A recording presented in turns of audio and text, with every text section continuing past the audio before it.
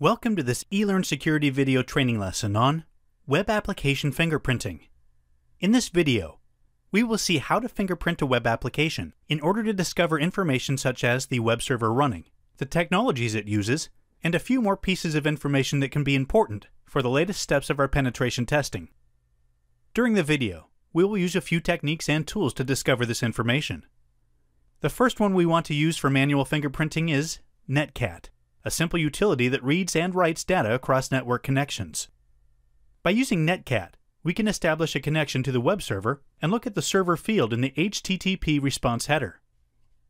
Let's start writing our command to establish the connection with our target, which for this example will be Microsoft.com.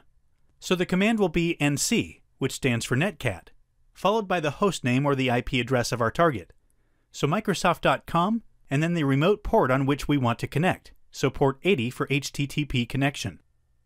Once we hit enter, the connection is established, but we have to send the actual request to the web server.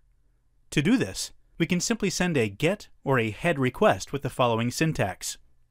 In this case, we are using the HTTP verb head. The / is the document URI, which in this case is the domain root index file. At the end, we specify the HTTP version we want to use. Now we have to hit return 2 times in order to actually send the request.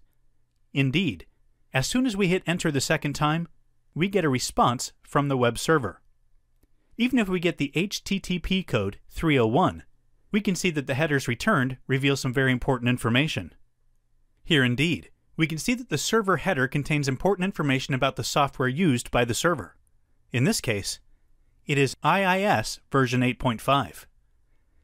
Another piece of very useful information we can get from the headers returned is the technology used by the web application. Here indeed, we can see that the app is based on ASP.NET. So with this very simple command, we've discovered a bit of information about the target web application, but we want to know more about it. To do so, we can use other command line tools specifically designed for fingerprinting web applications. The tool that we are going to use in this video is whatweb. If you want to download it, you can do so at the following address and clone the Git repository to your machine. We've already done it, so from our console, let's move in the tool folder in order to start using it. As usual, let's run the tool without options in order to get the help manual. It's very easy to use. We just need to run it with the option we want, followed by the target address or addresses we want to fingerprint. If we inspect the manual, we can see that there are many options we can use and they are organized in section, depending on their purpose. For example, we have options for the target selection and modification. We can set the aggression level. The higher this level is, the more information we will get. At the end of the output, we can also see some example usage. For now, let's start a basic scan. The only options we want to use is -v, which will increase the verbosity of the output and give us more readable results. So our command will be whatweb followed by the target domain, which in our case is Microsoft.com, and then -v to set the verbose output. Let's run the command and verify what we get. It takes just a few seconds to complete. Let's go to the top of the output and start inspecting it. At the very beginning, we have the summary of the results, while right after the tool shows us a description for each result obtained. As we already know, the application uses ASP.NET, and here we can confirm it. We also get other information such as the country of the IP address. In the HTTP server and the Microsoft IIS results, we can confirm once again that the web server is IIS version 8.5. So we've gathered some very important information, but if we scroll down, we can see that the output is not over. This happens because on the first request, the server responds with a 301 code, and the tools automatically follow the redirect and keeps fingerprinting the application.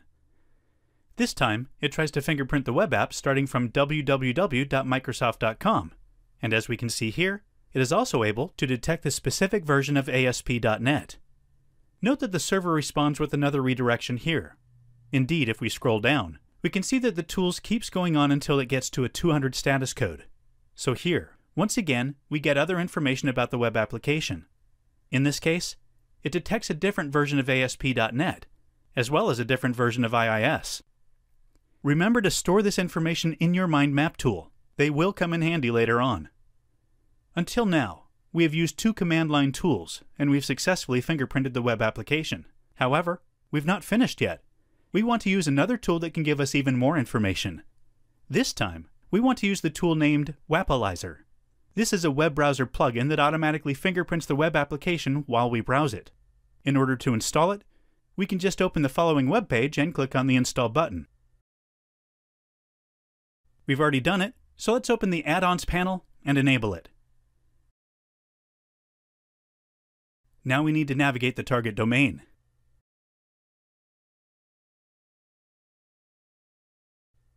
Here we are. In the address bar, we can see the same icon appearing. Let's click on one of those in order to inspect them. Once we click, a small pop-up appears on the right, and here we can see all of the information it is able to gather. Here again, we can confirm that the web server is running on IIS 8.0, and the web framework is ASP.NET v4. But we also get some other information about other frameworks the application uses, such as jQuery, Modernizer, and so on. Awesome! We now have enough information about the web application, and we can go on with our penetration test. Once again, remember to store all of this information. And this concludes our training video lesson on web application fingerprinting. Thanks very much for joining us.